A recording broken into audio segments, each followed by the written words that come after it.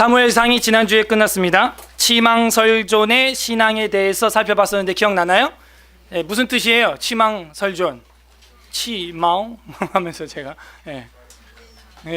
치망 뭐예요? 치아는 망한다. 설존, 혀는 존재한다는 거예요. 한마디로 이 딱딱하고 강력한 사람들, 그런 사람들은 강한 것 같지만 결국에는 빠져요. 그래도 치아가 온전치 않으신 분들이 계실 수 있습니다. 저희 아버지도 틀니를 지금 7순이 넘으셔서 하고 계시고, 그렇게 딱딱하고 강한 것 같은 치아는 그렇게 빠지고 깨져요. 혀 부러졌다는 소리 못 들어봤어, 그죠? 근데 그 말랑말랑하고 부드러운 혀는 혀. 이 혀는 존재한다는. 언제까지? 죽을 때까지. 죽을 때까지 안 빠져, 혀는. 나 혀 빠졌다 하시는 분 없죠? 표현은 그렇게 한다 그랬죠? 뭐 빠지게? 새 빠지게 고생했다고. 혀 빠지게 고생했다고. 혀는 안 빠져요. 근데 치아는 술 먹고 까불다 빠지고, 엎어져서 깨지고, 군대 가서 또 깨지고. 강력했던 사울의 리더십은 깨져버렸죠. 화살 맞고 죽었어요. 그러나 끊임없이 부드러웠던 다윗의 리더십은 아직도 승승장구하고 있는, 어떻게 그렇게 약해 빠져 보이는 리더십이 말이죠, 아직도 존재하냐 이거예요. 그래서 강한 리더십만 리더십이 아니라 약한 리더십도 리더십이다. 어떤 리더십? 약한 리더십. 약하게 리드해 가는 거예요. 어떻게 보면 에스라 이 성도들은요, 그런 좀 마음을 가지고 있는 것 같아요.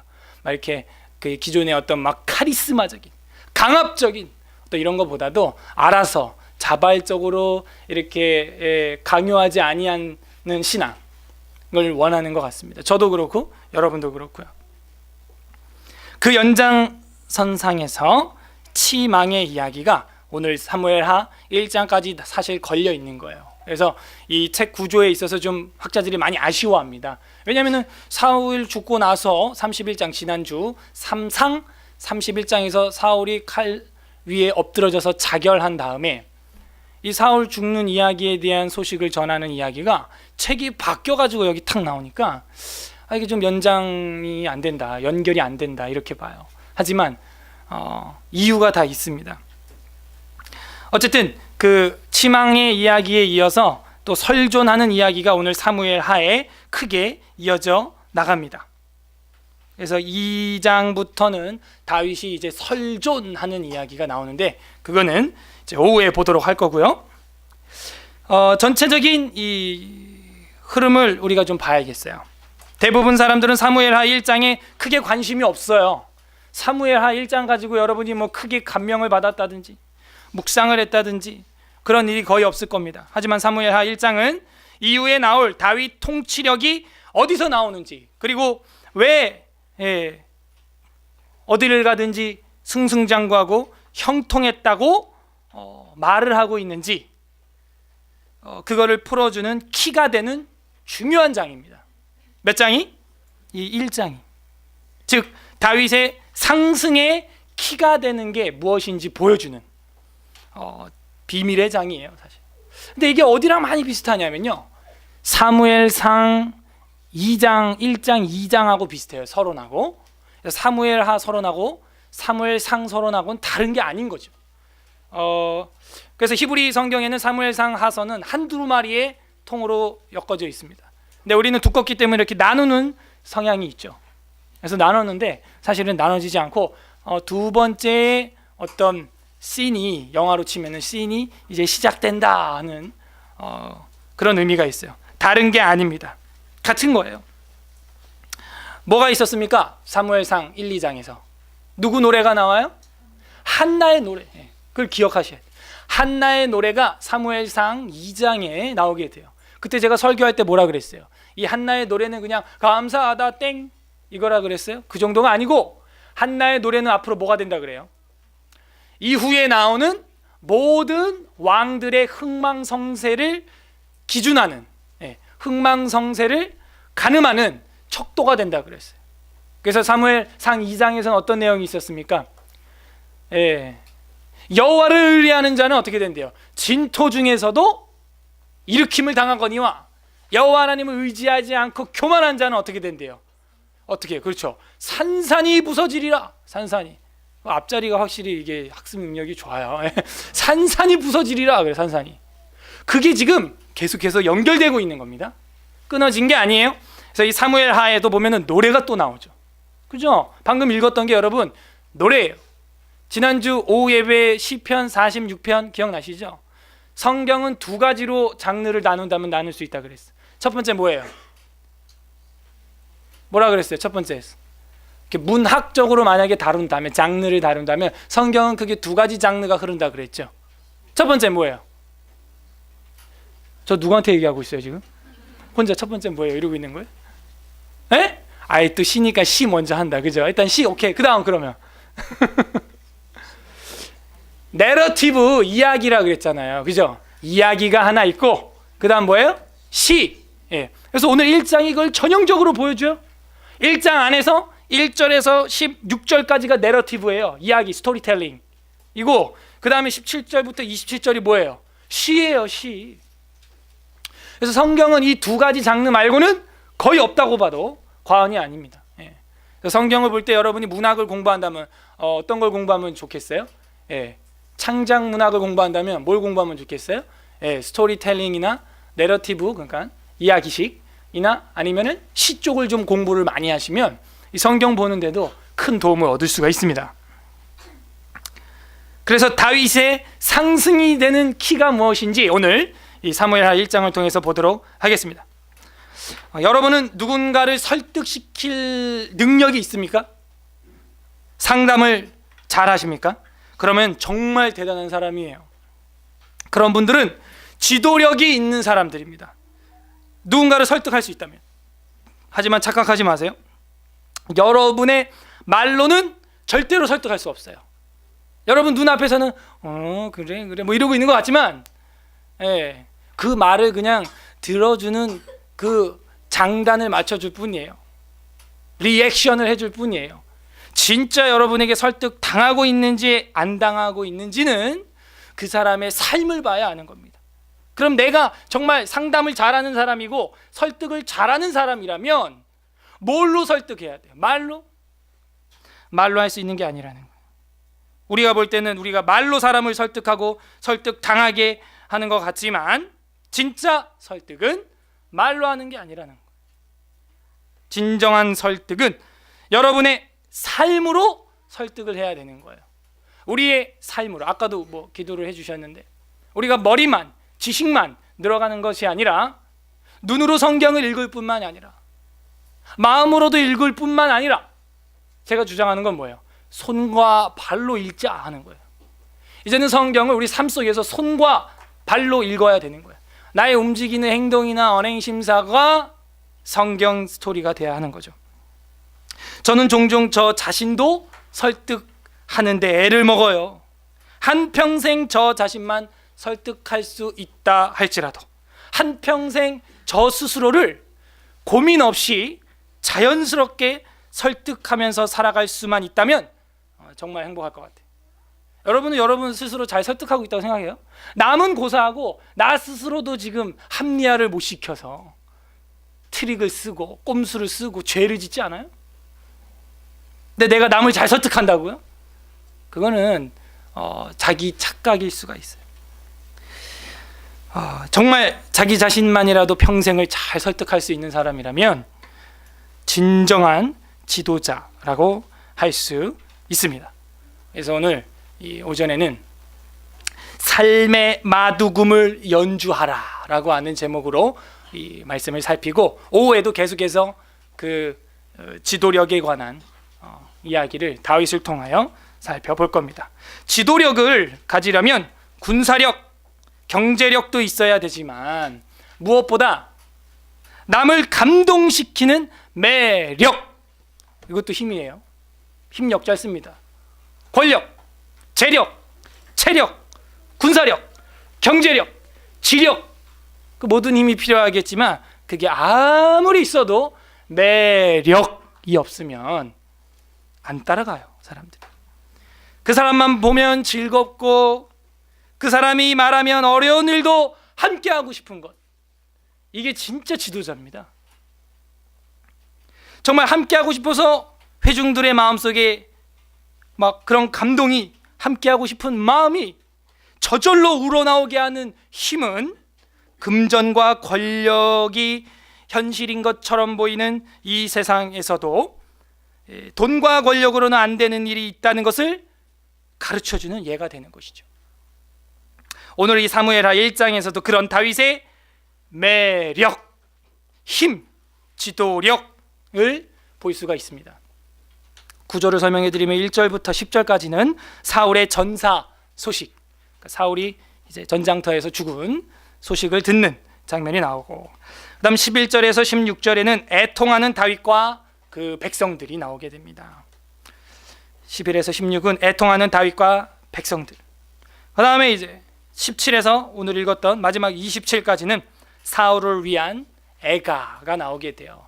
그래서 이게 기승전결의 구조를 가지고 있어요. 그래서 1절부터 우리가 봐야 되죠. 자, 언제가 나옵니다. 어떤 후회래요? 사울이 죽은 후에. 한 사람이 한 시대에 하나님이 사용하고자 했던, 사용했는지 안 했는지 모르겠지만 사용하고자 했던 사람이었구나라는 걸, 이런 걸 읽으면서도 우리의 사관을 가져야 돼요. 결국엔 역사는 누가 써나가는 거예요? 개가 써나갑니까? 원숭이가 써나가요? 여러분, 사람이 써나가는 거예요. 사람이. 그래서 이 사관은요, 인간이 팬이다는 거. 인간, 이 사람이 너무 중요하다는 거. 출애굽기 첫 번째 신학적 주제, 우리 뭘로 배웠어요? 무슨 준비? 네, 하나님의 사람 준비. 사울이 죽은 후에, 여러분 여호수아 1장 1절에는 뭐 죽은 후에요? 뭐가 아니라 누가 죽은 후에요? 모세가 죽은 후에. 사사기는 1장 1절은 뭐였어요? 여호수아가 죽은 후에. 룻기 1장 1절은 뭐였어요? 사사가 죽은 후에. 아니죠. 예, 아직도 이루고 있는 분들은 룻기 1장 1절은 뭐예요? 사사들이 치리하던 때. 그 다음에 이제 사사가, 사무엘도 사사로 보죠. 혜성같이 빛난 사사로 보는데, 그래서 사무엘상 지나서 그 다음 사무엘하 1장 1절은 뭐예요? 사울이 죽은 후에. 이렇게 쓰고 있다. 그래서 이 한 사람이 시대를 밝게도 하지만 한 사람이 시대를 어둡게도 하는구나. 여러분은 어떤 사람이 될 거예요? 사울이 죽은 후에 다윗이 아말렉 사람을 쳐 죽이고 돌아와 다윗이 시글락에서 이틀을 머물더니, 시글락은 이제 블레셋에서 한 도시를 받았다 그랬죠, 다윗이. 사흘째 되는 날에 한 사람이 사울의 진영에서 나왔는데 그의 옷은 찢어졌고 머리는 흙이 있더라.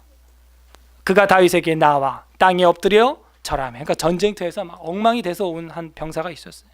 3절을 봅니다. 다윗이 그에게 묻되 너는 어디서 왔느냐 하니 대답하되 이스라엘 진영에서 도망하여 왔나이다 하니라. 다윗이 그에게 이르되 어찌 이 일이 어떻게 되었느냐, 너는 내게 말하라. 그가 대답하되 군사가 전쟁 중에 도망하기도 하였고 무리 가운데 엎드려져 죽은 자도 많았고 사울과 그의 아들 요나단, 왕자죠, 왕자, 요나단도 죽었나이다 하는지라. 다윗이 자기에게 알리는 청년에게 묻되 사울과 그의 아들 요나단이 죽은 줄을 네가 어떻게 알았느냐?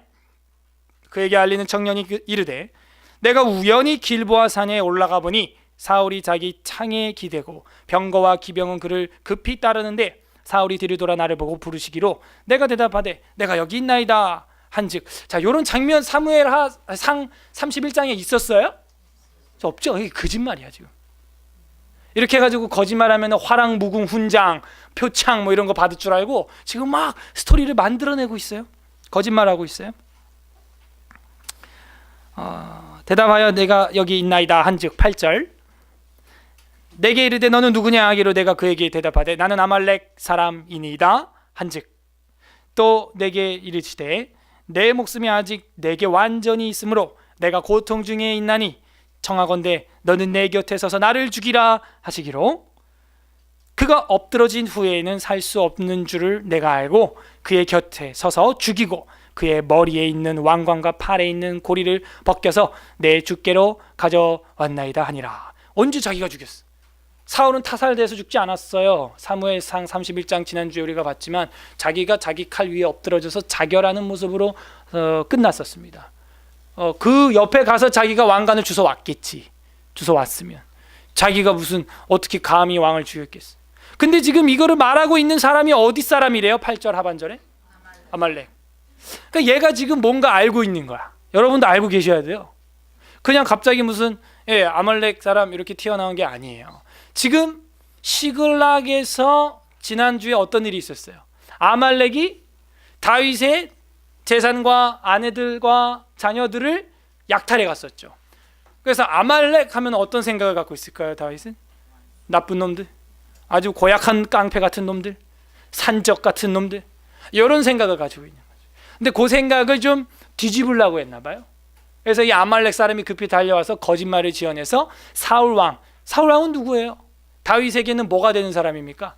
장인이고 주인이기도 하지만 어떤 관계적으로 본다면요, 원수인 거예요. 원수. 자기를 평생을 따라다니며 3,000명의 군사로 죽이려고 했던, 창을 2-3번이나 던졌던 원수. 그러니까 이 소식을 전해주면 좋아할 줄 알았나 보지. 근데 이 사람은 다윗이 누군 줄 잘 모르는 거예요. 다윗의 성격을 모르는 것이죠. 신나서 이야기를 했어요. 거짓말로. 11절부터 애통하는 다윗과 백성들의 모습이 16절까지 나옵니다. 11절 보면 이에 다윗이 자기 옷을 잡아 찢음에 함께 있는 모든 사람도 그리하고, 이 옷을 찢는다는 건 우리한테는 없는 문화인데요. 그 유대인들은 슬픈 일이 있을 때 이 와이셔츠 단추를 우두둑 뜯듯이 이러면서 참담하다, 슬프다 하고 뜯는 거예요. 왜? 내 마음이 이렇게 옷처럼 찢어질 듯하다는 거예요. 어찌 이럴 수 있느냐 하면서 그걸 이제 표현하는 거죠. 다윗이 그렇게 했다는 거예요. 그 옷이 얼마나 비싼 건데. 여러분 그렇게 회개하거나 하나님 앞에 애통해 본 적 있어요? 옷이 비싸기도 하고 이게 찢어지지도 않죠 잘. 예. 근데 팍 찢는 거예요. 그 옷이 중요한 게 아니고 옛날에 옷이 더 중요해요. 오늘날보다. 오늘 옷은 많잖아요. 그만큼 다윗이 입은 옷 얼마나 비싼 옷이겠어요. 그게 중요한 게 아니라는 거예요. 정말 안타까운 일이다. 마음을 찢는 거예요. 그랬더니 함께 모여 있는 사람 모든 사람도 어떻게 했대요? 그렇게 했대요. 하면서 다 같이 무지직하고 찢었다는 거예요. 옷이 몇 벌이 찢어졌어 지금. 근데 제가 요거 보면서도 은혜가 되는 게, 다윗과 함께한 모든 사람들이 원래 그런 사람들이었습니까? 지난주에 어떤 사람들이었어요? 600명 끌고 갔다가 200명은 힘들다고 지쳐서 앉아있을 때 그거 다시 찾아 돌아올 때 어떻게 했어요? 불량배 같은 놈들이 나타나서 200명한테 주지 말자! 막 이러면서 싸웠던 자기들끼리. 그리고 또 뭐 했어요? 사울이 저 멀리 보이면 명령하소서 가서 한 칼에 목을 따오겠습니다. 막 이랬던, 전혀 원수에 대한 사랑이나 애통이 없었던 사람들이거든요. 근데 다윗이랑 같이 있다 보니까 어떻게 됐어요? 물들었어 지금. 그러니까 다윗이 옷을 찢으니까 그 주변에 있는 사람들도 이제 같이 안타까워하는 거예요. 예. 그래서 이게 다윗의 전도 방법이에요. 칼이나 창으로 전도하는 게 아니에요. 다윗의 지도력은요, 그런 권력과 경제력과 재력에서 나오는 게 아니었어요. 그 다음에 12절에 보게 되면 사울과 그의 아들 요나단과 여호와의 백성과 이스라엘 족속의 칼의 죽음으로 말미암아 저녁 때까지 슬퍼하여 울며 금식하니라. 다윗이 그 소식을 전한 청년에게 묻되 너는 어디 사람이냐? 대답하되 나는 아말렉 사람 곧 외국인의 아들이니이다 하니, 다윗이 그에게 이르되 네가 어찌하여 손을 들어 여호와의 기름 부음 받은 자 죽이기를 두려워하지 아니하였느냐 하고, 다윗이 청년 중 한 사람을 불러 이르되 가까이 가서 그를 죽이라 하매 그가 치매 곧 죽으니라. 왜냐하면 다윗은 재판장이거든요. 왕이 최고 대법원이고 왕 말고는 이제 더 이상 재판할 사람이 없어요. 그래서 제대로 된 재판령을 내려야 됐던 거죠. 그러면서 그 재판에 대한 그 죄증을 14절에서 말합니다. 다윗이 그에게 이르되 네가 어찌하여 뭐라고요? 여호와의 기름 부음 받은 자 죽이기를 두려워하지 아니했냐 하는 거예요. 그건 하나님이 세운 사람이었다. 너가 건드릴 그런 사람이 아니었다 하는 거예요. 그래서 죽인 거예요. 그래서 16절에 또 다시 한번 뭐라 그래요? 다윗이 그에게 이르기를 네 피가 네 머리로 돌아갈지어다. 내 입이 네게 대하여 증언하여 하기를 내가 여호와의 기름 부음 받은 자를 죽였노라 함이니라 하였더라. 네가 고백했어. 네가 자백했어. 이거 자기 말에 자기가 얽매인 거예요. 괜히 무슨 영웅이나 될까 해가지고 말했던 게 오히려 자기 인생을 망치게 되었습니다. 그 다음에 오늘 읽었던 본문 17절부터는 사울을 위한 애가, 슬픈 노래, 그걸 애가라 그래요, 나옵니다. 17절, 다윗이 슬픈 노래로 사울과 그의 아들 요나단을 조상하고, 그러니까 사울과 요나단을 위해서 이제 근조의 마음을 가졌다. 그래서 저희들도 누군가 상을 당하거나 이러면 근조의 마음은 가질 수 있어요. 근데 뭐 삼가 명복을 빕니다 이런 말은 할 수가 없습니다. 기독교인들은 뭐 좋은 곳에서 뭐 좋은 게 가는지 안 가는지 우린 몰라요. 하나님만 아시는 거예요. 그래서 삼가 명복을 빕니다가 아니라 삼가 조의를 표합니다. 그리고 뭐 근조 뭐 이렇게는 할 수 있어요. 그래서 그 사울과 요나단, 근조라는 말은 죽은 사람을 생각한다라는 단어예요. 그냥. 그래서 사울과 요나단을 그렇게 생각하고 그들을 묵상하고 돌아봤다는 거예요. 18절 우리 다 같이 읽겠습니다. 18절 시작. 명령하여 그것을 유다 족속에게 가르치라. 유다 족속에게 뭐하라? 가르치라 그랬어요. 근데 이게 대단한 거예요. 뭘 가르치라는 거예요? 자기 원수 죽은 거에 대한 슬픈 노래를 가르치라는 거예요. 여러분, 우리 같으면 어떻게 하겠어요? 아싸, 고소하다. 우리를 괴롭혔던 사람 저렇게 쌤통이네, 죽었네, 망했네, 엎드려졌네, 야고로지메롱 할 건데 다윗은 그게 아닌 거예요. 정말 마음에 슬펐어요. 그리고 애가를 썼어요. 그리고 그 애가가 거짓이 아니라 진정성이 있는 애가였다는 것을 이런 태도에서 볼 수가 있는 거예요. 유다 족속에게 다 알려. 소문내. 그 왕자가 어떤 사람이었는지 내가 노래를 이렇게 썼으니까 이거를 알려. 그 노래는 뭐래요? 곧 활노래라. 야살의 책에 기록되었을 때 활노래라고 하는 것은요, 이 다윗이 요나단하고 에셀 바위에서 사랑의 사인, 사랑의 화살 기억나요? 네, 그래서 요나단 생각하면 그 사랑, 마지막 그 사랑의 화살이 생각나는 거예요. 그러니까 잘 봐요. 성경을 우리가 차근차근 대하설교로 이렇게 봐 나가니까 이런 본문들이 해석이 되는 거지. 갑자기 사무엘하부터 여러분이 묵상하면 이 화살의 노래, 활노래가 뭐며, 뭐 아말렉 사람이 달려온 게 뭐 그냥 우연히 아말렉인가 보지, 뭐 이런 식으로 자꾸 그냥 지나쳐 버린다는 거죠. 그 다음에 이제 야살의 책이다라는 것은요, 이게 정확하지는 않는데 이에 쉬르라고 하는 말인데, 이 쉬르, 하시리 뭐 이런 말 들어봤죠. 그러니까 이에 쉬르, 야시르, 쉬르 하는 말은 시라는 말이에요. 시. 그래서 야샬 하는 말이 그 쉬르라는 단어에서 이제 왔다고 본다면, 이 야살의 책은 시를, 노래를 모아놓은 악보집, 노래를 이렇게 모은 시집 정도의 역사서를 우리가 유출해 볼 수가 있어요.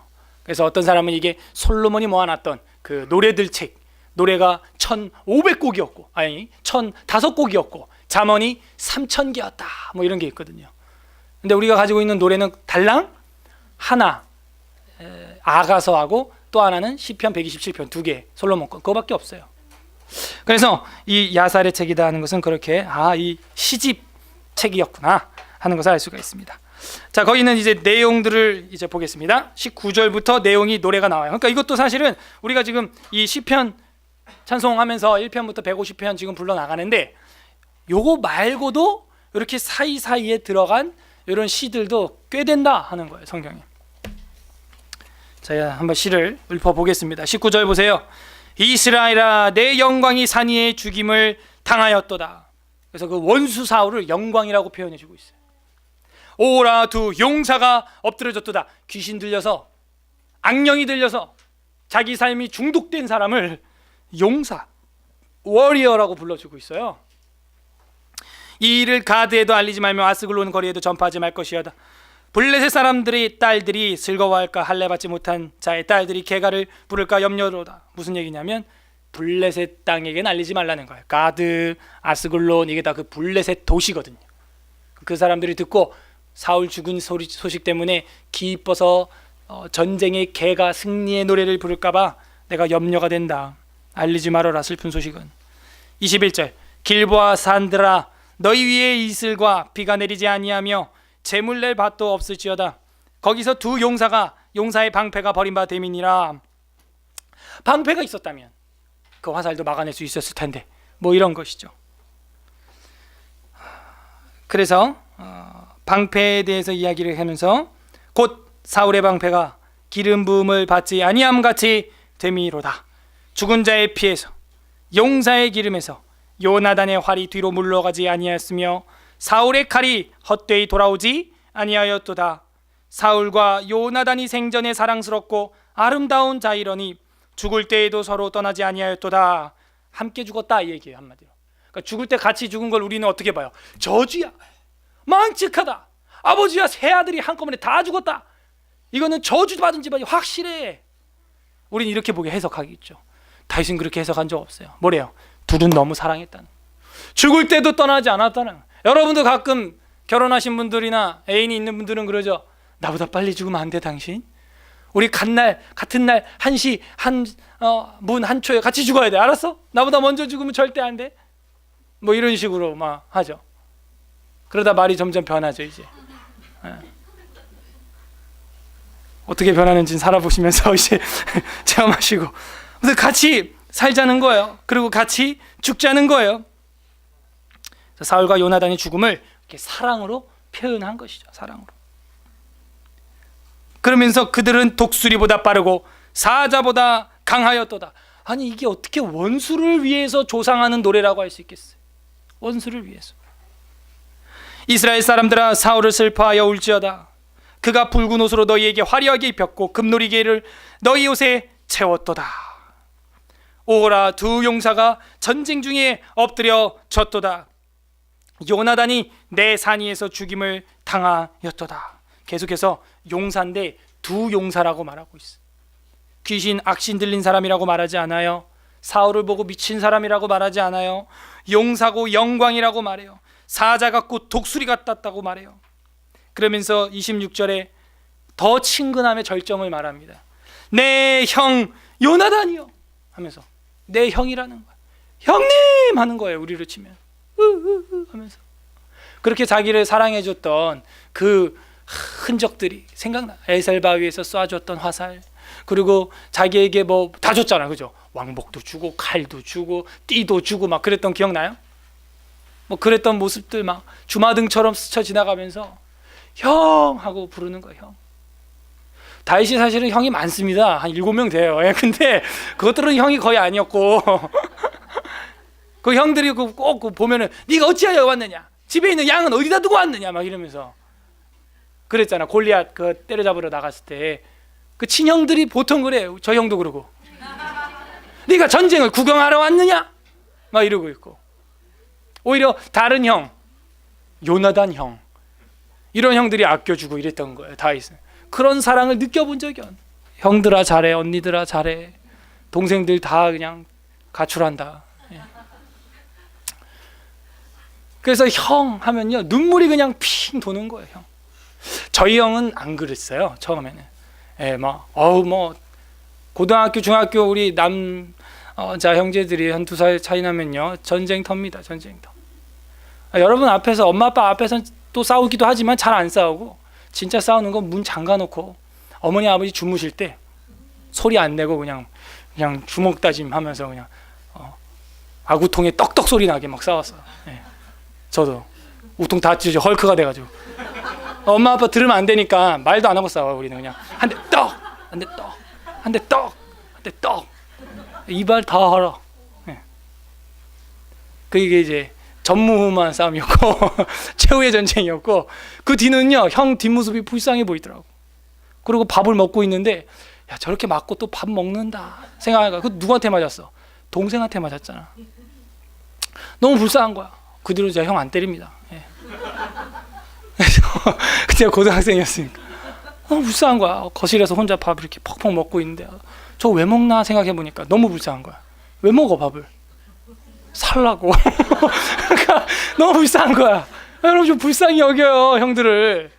덤비지 말고 동생들 좀 까부지 말고. 형들은 힘든 거야. 위에 없잖아, 위에. 그러니까 늘 그 개척하고 혼자. 연습장이야, 연습장.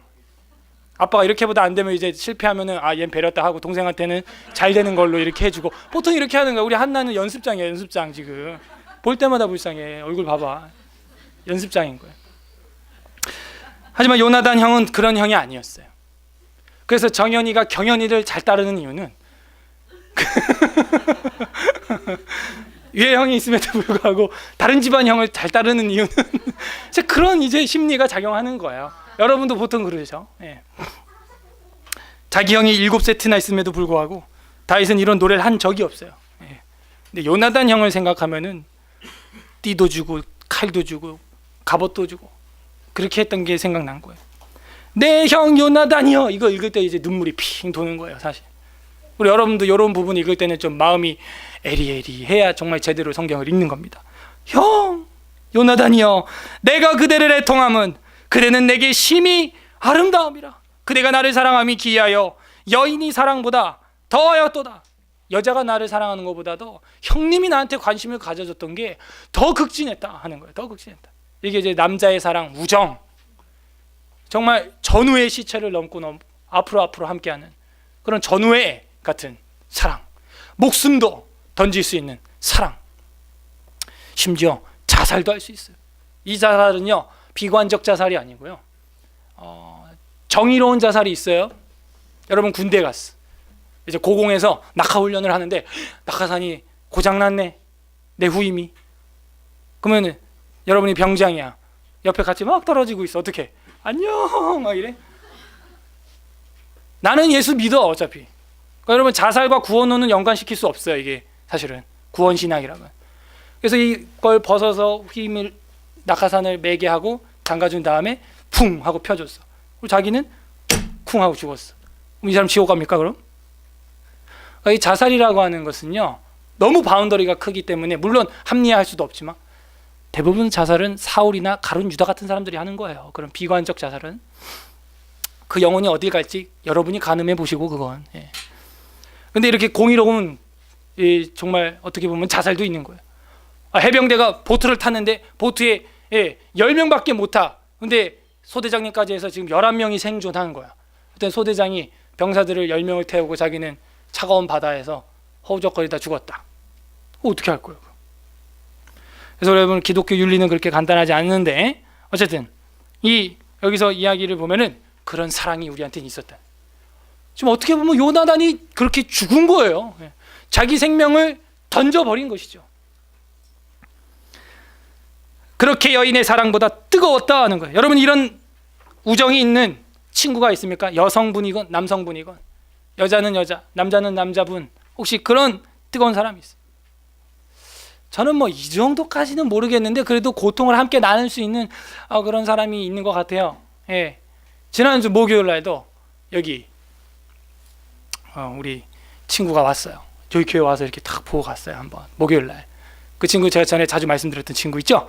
예, 개척교회에서 어려서부터 커가지고 청년이 둘밖에 없었는데 뭐 성경 같이 보고 막 토론 많이 하고 지금 왕십리교회 청년부 담임 목사를 맡아서 지금 하고 있는 그런 친구 목사가 하나 있다 그랬잖아. 나이는 동갑인데 그 친구가 와가지고 여기서 왜 왔어요? 그렇게 바쁜데. 엄청 바빠요. 왕십리교회가 저희 교단에서는 100년 넘은 교회고 교수님들도 많이 배출한 교회고 전통이 있는 교회입니다.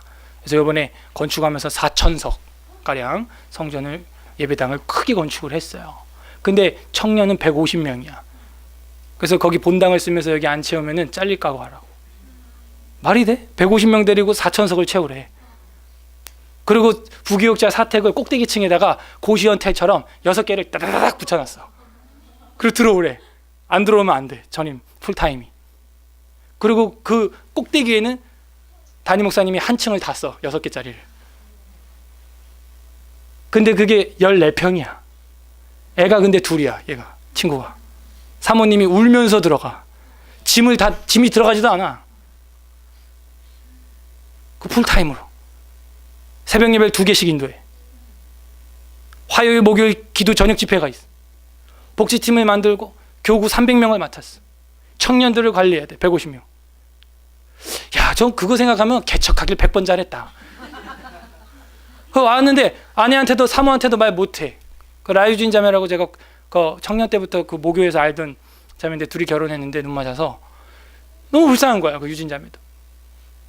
너무 불쌍한 거야. 거기 살면서 여러분 반바지 입고 쓰리퍼 신고 슈퍼라도 갈 수 있겠어?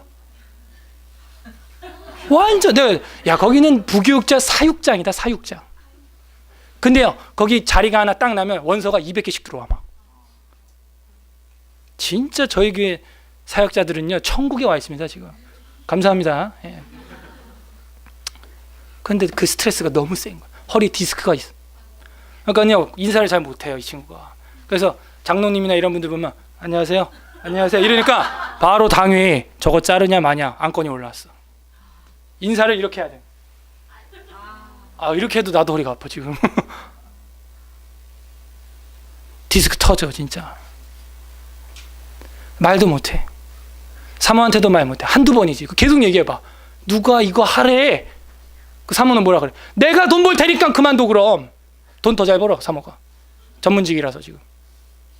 그 관둘 수 있겠어요? 남자 4명 따라가는데. 제가 알기로는 그 친구도 저랑 비슷한 과거든요. 약간 이렇게 미쳤어. 약간. 예.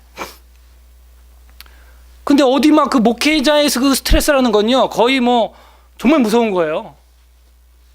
심하면 진짜 자살까지도 가.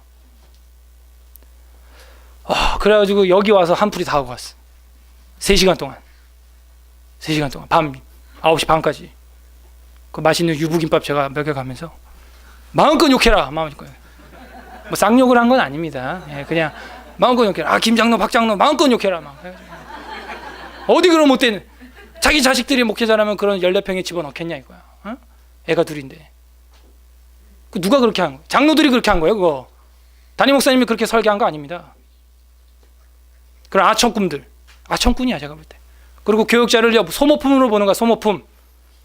아쉬워? 나가 그럼. 200명이 밖에 줄 서고 있어. 싫으면 나가. 이렇게 보고 있는 거예요 세상은. 그래서 그 친구의 이야기를 다 들어주니까 제가 막 마음이 슬프더라고. 이게 교회인가. 거기 들어가고 싶어서. 거기 부교육자들은 다 엘리트. 거기가 저희 같은 교육자들이 가고 싶어하는 그 FM 엘리트 대기업 코스예요 거기가. 예, 거기가. 거기 못 들어가서 다 안 달랐단 말이에요. 근데 거기 들어간 사역자들은 정작 그렇게 힘들어하는 거예요.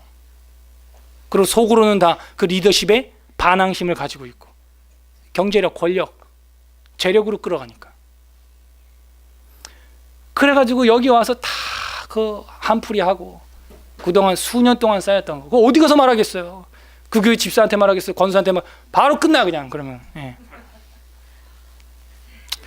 그래서 실컷 얘기하길래 제가 오직 한번 밥을 제가 사줬겠습니까? 개척교회 전도사가. 예. 밥을 사주고 차는 제가 얻어 마시려고 그랬는데 그 얘기 계속 듣다가 차값까지 제가 계산했어요. 그리고 유부김밥 2줄 내가 더 사줘가서 집에 있는 유진자매 주라고 그러고 줬어 제가.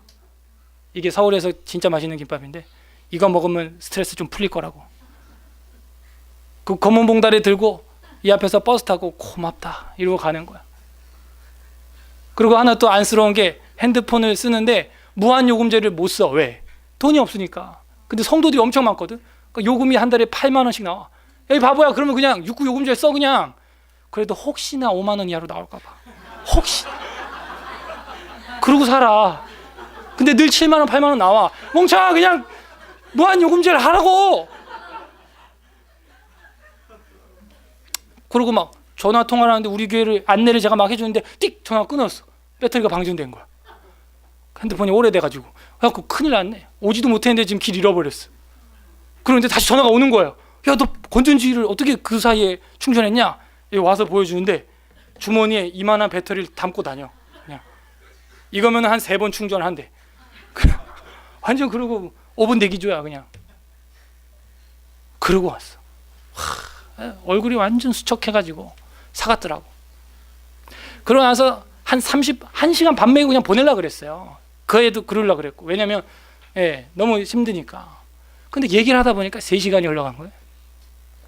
그러고 나서 제가 이제 바라다 주고 나서 차로 이제 내려주고 잘 가라 하는데 너무 마음이 안타깝더라고요. 그리고 대기업 같은 그런 교회 하나도 안 부럽더라고요. 그렇게 가고 나서 제가 집에 이렇게 김포까지 오는데 야, 이 목회가 뭐냐 뭐 이런 생각이 들어요.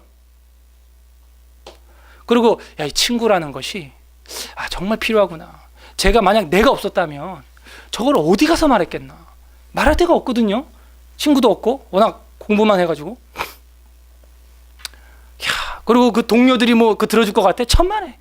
동료들끼리 스트레스 저한테 얘기하더라고. 자기가 성경 강좌반 하나 만들려고 그러는데 다른 부교육자들이 자기가 이미 찜했으니까 성경에 관련된 건 하지 말라고, 교리에 관련된 것도 하지 말라고, 역사에 관련된 것도 하지 말라고. 뭐 하냐고. 그러면 결혼, 세미나, 관계 뭐 이런 거 하라고. 근데 얘는 그런 거 못해요. 성경밖에. 저같이 미쳐가지고 성경밖에 몰라요. 그러니까 그거 가지고 또 2시간 싸우고 온 거야. 그날 부교육자끼리 의견 조율 안 돼서. 교육자가 뭐 자기 뭐 이렇게 다 들어주고 뭐 할 것 같아? 천만에. 서로 밟고 올라가기 위해서 그 교육자 세계도 치열해. 그래서 제가 에리에리한 마음으로 집에 딱 왔는데 까똑 하나 왔어. 딱 봤는데 딱 3글자가 써 있어. 고맙다. 그리고 뒤에 아무 말 없어. 제가 그거 보니까 눈물이 핑 돌더라고. 걔가 저한테 중학교 때부터 친구였지만 뭐 고맙다 뭐 이런 거를 이렇게 진하게 한 적이 없거든. 내 친구 요나단이여, 네가 묶이지 않았는데, 손발이 묶이지 않았는데 죽은 자같이 되어지고 있구나. 들어줘서 고맙다. 들어줘서. 그래, 다음에 또 쌓이면 언제든지 와라. 언제든지 와라. 내가 다 들어줄게. 아주 못됐다고 아주 그냥. 여러분 그런 친구 있어요? 정말 여러분 속을 다 털어놓고 형, 원래 우리 형제님, 자매님 하는 말을 전 좀 바꿨으면 좋겠어. 나이 위에는 그냥 형님, 어차피 brother 하는 거니까 형님. 동생한테 이제 아우님, 누님 이러면 조금 더 친근감 있을 것 같아. 그죠? 네, 형님. 우리 집사님들끼리도 나이 위면 그냥 형제님, 뭐 형님 그냥 이렇게. 그럼 더 이제 뜻할 것 같아. 네, 누님 이러면 이제 걔가 다 서초구의 저희 조폭들인가 아마.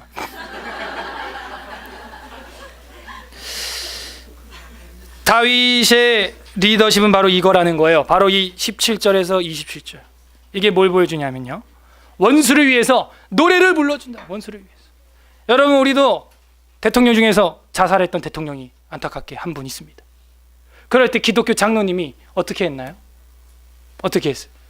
광화문에서 그냥 헌화하겠다고 이거 들고 나가는데 다른 야당 쪽에서 이 살인마! 이러면서 튀어나오는 거야. 그럴 때는 이렇게 했어야죠. 성경적으로. 어떻게? 애가를 만들었어야지. 그러니까 그 정도 정치 감각도 없다. 아무리 기독교인은, 아무리 목사 장로도 성경을 모르니까 성경적 정치가 안 나와. 여러분이 정치를 하건 사업을 하건 공부를 하건 성경을 모르면요, NG, no good, 안 좋은 행동을 할 수밖에 없어요. 여기서 다윗이 이렇게 노래를 부르면 사울표가 올라가요? 다윗표가 올라가요? 여러분은 아는데 장로님은 모르시나 봐. 만약에 이렇게 노래를 했다면 오라! 바보 장군이 산 위에서 내려왔도다! 막 이러면서 시적으로 이렇게 표현해서 부엉이 산 위에서 내려왔도다! 그 영광이 내려왔도다! 하면서 그는 우리의 뭐 어떻게 하면서 얘기할 수 있잖아요. 그러면 장로님 표가 올라갈까요? 그 전에 돌아가신 전 대통령 표가 올라갈까요? 그 장로님 표가 올라가는 거예요. 야, 원수를 사랑하라 그러더니 기독교인들이 저렇게 하는구나. 이게 좀 멋이 있어야 되는데 멋이 없어. 다윗은 멋있고 예수님 멋있고 성경은 멋있는데 사람은 멋이 없는 거예요. 그러면 우리 리더십은 나오지 않습니다. 너무 안타까운 거예요. 책 중에 이런 책이 있어요. 저희 집 어르신이 쓴 남궁진이라고 하는 하나님의 정치라고 하는 책이 있어요. 문화부 장관도 한 번, 2번 하신 것 같고. 그래서 이제 감리교인데 하나님의 정치. 그러니까 정말 하나님이 원하시는 삶을 우리가 살아내야 되는 거예요. 이렇게 다윗처럼. 슬픈 일을 두고도, 고소한 일을 보고도, 고소하다가 아니라 어떻게 이거를 아름다운 문화로 승화시킬 것이냐. 그 문화는 기독교 문화예요. 새로운 문화예요. 세상 사람들이 당해보지 않은 신선한 시스템인 거예요. 그거를 탁 접할 때 그들의 영혼에 반전이 일어나는 거예요. 사울이 아니고 오 역시 다윗, 오 역시 기독교인, 오 역시 내 아들, 오 역시 내 집사람. 다르구나. 마두금. 계속 이 마두금 때문에 설교 못 들었는지도 모르겠어요. 이 마두금이라는 게 뭐냐면요, 몽골의 고비 사막에 유목민들이 살아가는데 주로 낙타를 타고 살아가는데요, 그 낙타가 생활의 교통수단이고 삶의 그 이스라엘의 양과 같은 그런 역할을 감당을 합니다. 그런데 이 낙타는 독특하게 새끼를 낳으면 자기 새끼를 키우긴 하지만 내 새끼가 아닌 다른 어미의 새끼는 절대 키우지 않는다는 거죠. 그 정도의 모성애가 없어요, 낙타한테는. 그래서 이 유목민들이 참 난처했어요. 어미 잃은 새끼를 데려다 왔는데 이 젖을 먹여야 되는데 이 배 다른 어미가 먹이지 않는 거예요. 그래서 이 주인이 어떻게 했냐면은 마두금이라는 악기를 가지고 옵니다. 말머리를 조각한 기타처럼 생긴 건데 줄은 두 줄밖에 없어요. 두 줄의 현을 가지고 있는 그런 악기입니다. 그게 마두금이에요. 그래서 이거를 잡아가지고 잘 연주를 켰어요. 그렇게 했더니 이 낙타가 마두금의 음악을 듣고 구슬프게 그 큰 눈망울에서 눈물을 뚝뚝뚝 흘렸다는 거예요. 그래서 그 감성으로 새끼에게 젖을 먹였다. 그런 감동적인 이 장면이 EBS 뭐 영상에도 나오고 그런 스토리가 있습니다. 인간이 연주를 하면 낙타도 우는데 우리의 삶을 연주하여 하나님과 사람에게 감동을 못 준다면 얼마나 몸이 건조한 인생입니까? 리더가 누군가를 이끌어가려면 감동을 줘야 돼요. 그게 매력이라고 하는 것이죠. 영혼을 일깨워서 눈물이 솟아나게 해야 합니다. 비가 와야 무지개가 뜨죠. 하늘에서 물이 떨어져야 무지개가 뜨는 거예요. 그것처럼 내 영혼에 눈물이 흘러야 우리 마음에도 무지개가 뜨는 것입니다. 이 눈물은 신비주의의 눈물을 말하는 게 아니에요. 신사도 운동하면서 쓰러지고 자빠지면서 하는 그런 신비주의 눈물을 말하는 게 아니에요. 음악이나 예술을 사용한 감정 유희를 말하는 것도 아닙니다. 그런 감동은 K-팝 스타나 아니면은 뭐 슈스케? 그런 거 그냥 아무거나 검색해서 들어도 그 정도 눈물은 저도 흘릴 수 있어요. 성경이 말하는 감동은 진리에 입각한 청아한 순교자의 삶의 마두금, 그 삶의 마두금을 연주하라는 것을 말하고 있는 거예요. 땅콩 부사장 같은 리더십으로는 절대로 사람들을 감동시킬 수 없습니다. 최근에 모 항공사의 부사장이 나이가 40 정도 좀 넘은 것 같은데 비행 수칙에도 맞지 않게 그 장을 승선장을 내리라고 그러고 막 권력을 월권하고 횡포했던 그런 기사가 요즘 한참 화두인데요. 전혀 감동을 줄 수 있는 리더십이 아닙니다. 그거는 자기에게 있는 권력 이거 가지고 하는 거예요. 매력이 전혀 없어요. 요즘에 또 개도 많이 키우시죠? 애완견들을 많이 키우는데 무거운 하루의 일상을 마치고 집에 들어오면 무심한 주인에게 변함없는 환영을 하면서 주인의 입가에 미소를 띄워주는 그런 개들을 우리가 봅니다. 그 개들보다는 더 사람들을 기쁘게 해주는 사람이 되어야 되지 않겠습니까, 우리가? 그래서 우리가 지도자라면, 또 지도자가 되고 싶다면 이런 기독교 문화 마인드가 있어야 돼요. 기독교만의 매력, 이걸 가지고 있는 사람이 돼야 됩니다. 하나 더 정리하면 이 문화라는 말은요, 문치교화라고 하는 말의 그 약어예요. 그러니까 문화라는 말은 원래 뜻은 문치, 뭐냐면 글로 치, 다스린다는 거예요. 교화, 어떻게? 완전히 교화시키는 거죠. 뭘로? 권력이나 체력이나 재력이나 이런 걸로 사람을 내 아래 두는 게 아니라 뭘로? 글로. 그 당시 고대는 사람에게 감동을 줄 수 있는 것, 어떤 매개체가 글밖에 없었어요. 그래서 그 글을 통해서 자기의 생각, 마음, 자기의 사상, 이런 거 일기, 이런 걸 펼쳐나가서 감동을 주는 거예요. 그래서 무력이나 금력이 아니라 글의 힘으로 상대방을 교화시켜서 다스리는 방법을 문치교화라 그러고, 이거의 약자가 문화라는 것입니다. 우리 기독교인들은 기독교 문화로 세상을 다스려야 됩니다. 그것은 무력, 금력으로 상대를 꺾는 것이 아니라 우리의 마음, 생각, 글, 습관, 행동으로 다스려야 하는 것이죠. 저도 이제 3년의 과정을 다 마쳤습니다. 성도님들 기도와 관심 속에서 지난주 졸업고사를 보면서 마쳤어요. 그리고 어제 아침에 코피를 쏟고, 그리고 이제 우리 오늘 성서원 2차 실기시험이 있어서 어제 아침에 또 왔었죠. 근데 제가 3년 동안 한 전도사님을 주의 깊게 봤는데, 여러분 우리 저번에 예수사관학교 갔었죠. 그 전도사님이에요. 그 전도사님 보면요, 한결같아 진짜. 3년을 똑같은 자리, 똑같은 예배 자리, 똑같은 거기를 3년을 거기를 앉는 거예요. 거기를 앉는 거예요. 습관이 그렇게 들여져 있는 거예요. 그러면요, 말은 안 해. 근데 그 모습을 전교생이 다 보거든. 그러니까 그분이 만든 클럽에 지금 700명, 800명이 가입했어. 전교생이 1700명인데 800명이 가입했다고. 원우의 카페에는요 400명밖에 가입을 안 했어. 그게 힘인 거예요, 힘. 그분이 말을 많이 안 해. 회의할 때 발언도 잘 안 하고. 그래서 뭐 불이한 게 있거나 그러면 제가 나가서 마이크 보통 잡았거든요. 제가 그 옆에 앉았고. 그러니까 또 나이가 있고 그러니까 말 잘 안 해요. 애가 4명이나 있고 자녀가. 그러니까 그냥 가만히 이러고 있고, 거수할 때만 이제 반대표 딱 들고 이제 거수가 안 맥히고 그러면 저는 가만 안 있거든요. 나가서 마이크 잡고 발언 얻어가지고 그 거수를 역전시켜서 뭐 이렇게 통과시킨 것도 있고 그래요.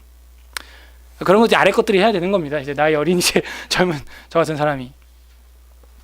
근데 그 습관, 행동, 그게 힘인 거예요. 그게 리더십인 겁니다. 이제 결론을 이제 내려볼까요? 다윗이 사람들에게 주었던 감동은 활노래를 기가 막히게 연주해서가 아니었어요. 오해하지 마세요. 성경을 제대로 봐야 됩니다. 사람에게 다윗이 주었던 감동은 자신의 삶을 두 현의 마두금으로 연주했기 때문이에요. 그 연주의 현은 뭐였냐? 하나는 용서라는 줄이었고 하나는 사랑이라는 줄이었어요. 사무엘하 1장 18절을 우리 자매들이 읽어주시고 형제들이 마태복음 28장 20절을 찾아보시길 바랍니다. 이제 이거를 읽고 마치도록 할게요. 사무엘하 1장 18절, 우리 오늘 본문이죠. 자매님들 읽어주세요. 시작.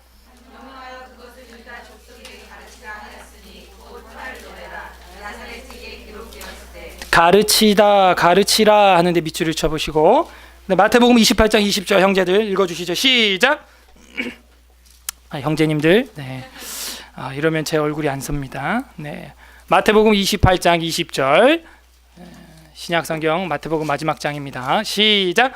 내가 너희에게 분부한 모든 것을 가르쳐 지키게 하라. 볼지어다 내가 세상 끝날까지 너희와 항상 함께 있으리라. 그래서 가르쳐 지키게 하라, 이런 말이 나왔어요. 성탄절이 감동인 것은 캐롤이 아름답기 때문이 아닌 거죠. 예수님이 십자가 위에서 피와 물을 두 줄 현으로 삼은 마두금을 삶으로 연주하셨기 때문에 감동이 되어야 하는 것입니다. 다윗이 사무엘하 1장 18절에서 그렇게 연주를 해서 가르치라고 했고, 예수님도 마태복음 28장 20절에서 마지막 승천하시기 전에 유언으로 내가 너희에게 보여준 대로, 분부한 대로 너희도 가르쳐 지키게 하라 라고 말씀을 하셨어요. 그것은 우리에게 분부하신 거예요. 그분의 삶의 마두금을 가르치고 지키라고 하신 겁니다. 그런 제자들과 세상 끝날까지 항상 함께 있으시겠다라고 지금 말씀했어요. 다윗이 원수 사울 왕까지도 용서하고 그 아들 요나단까지도 사랑했던 것처럼 예수님이 원수 같은 우리를 용서하시고 원수 같은 우리를 사랑하셨습니다.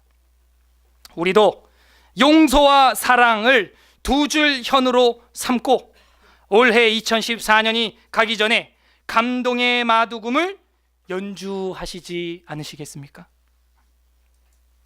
여러분 마음속에 사울 같은 사람이 있습니까?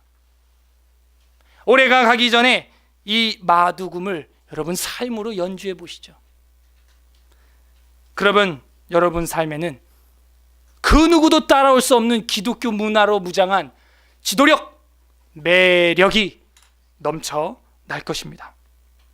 다 함께 마두금을 연주하지 않으시렵니까? 이 시간 우리 말씀을 생각하면서 기도하겠습니다. 첫 번째, 하나님, 우리 삶이 이제는 아름답게 성화되기를 원합니다. 2014년 주의 말씀 안에서 잘 마무리하고 2015년 정말 올해보다 더 나은 신앙생활, 사랑의 생활, 용서의 생활 해나갈 수 있게 해주시옵소서. 두 번째, 이번 성탄을 맞이해서 내가 누군가를 인도해서 예수님을 만나게 해주기 전에 내가 먼저 예수님 만나게 해주시옵소서. 용서와 사랑의 두 현을 연주했던 예수님의 사랑을 그 십자가 위에서 그분의 연주를 듣게 하여 주시옵소서. 그 다음 세 번째, 내 삶이 낙타의 감동이 아니라 죽어가는 이웃들에게 감동을 줄 수 있는 그리스도인이 되게 하여 주시옵소서. 끝으로 미워하는 사람들이 있다면 올해가 가기 전에 다윗처럼 예수님처럼 삶의 두 현의 마두금을 연주하고 한 해를 마무리하고 새해를 맞이하는 내가 되게 하여 주시옵소서. 우리 삶의 마두금을 연주하라 말씀을 기억하면서 다 함께 기도하겠습니다. 기도합니다. 하나님 아버지 감사드립니다. 우리의 삶이 성화되기를 원합니다. 변화받기를 원합니다.